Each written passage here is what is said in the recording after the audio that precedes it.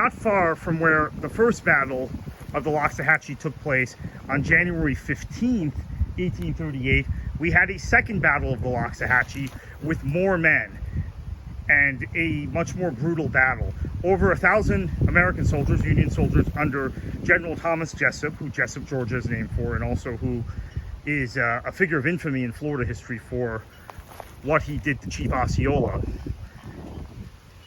and how he captured Chief Osceola, who was under a flag of truce. But that's a story for another day. We've done a video on that actually already, and a podcast on that. Came here with his forces, including Lieutenant Colonel Harney and Major William Lauderdale, who Fort Lauderdale's named for.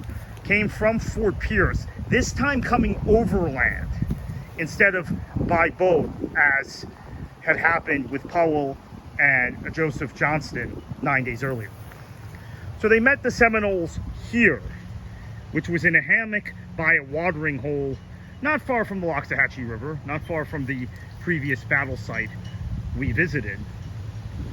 And once again here, the Union forces were ambushed. Lots of casualties on both sides. The Seminoles were prepared for them. They knew that there would be another battle. And eventually it led to a retreat. And it was really the last major engagement of the Seminole War, right? We have some skirmishes of the Second Seminole War. We have some skirmishes after some American victories, like the Battle of Pine Island Ridge. It's acknowledged as the last battle. That's in Broward County. This is in really extreme northern Palm Beach County, the line between Palm Beach and Martin County. But this was really the last major engagement of the Seminole War. And you'll see the area it took place. The battlefield was in this area. Extensive battle. Again, an unknown number of Seminoles, but there were a significant number of Seminole villagers here. American forces dropped back. Seminole villagers also tend to drift deeper south in the Everglades after this battle. So while the Union forces did not achieve their objectives of wiping out these Seminole villages and decisively ending the war, you had Seminole warriors and Seminole people drop deeper into the swamps and marshes of southern Florida.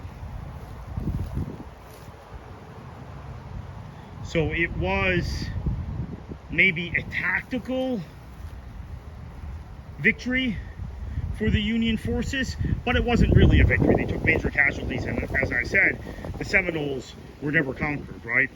And this battle, this second battle, is a big reason why, because unlike the first battle, the Union forces came from Fort Pierce with everything they had, looking to wipe out the Seminole villages here, which was the bulk of the Seminole people who had, if you go back and listen to our episodes about the Seminole War on the Florida History podcast, had dropped south from the Ocala, Dade City area, first into the Kissimmee River Basin, then to Lake Okeechobee, and then finally here to the area adjoining the Loxahatchee River. So they were not conquered.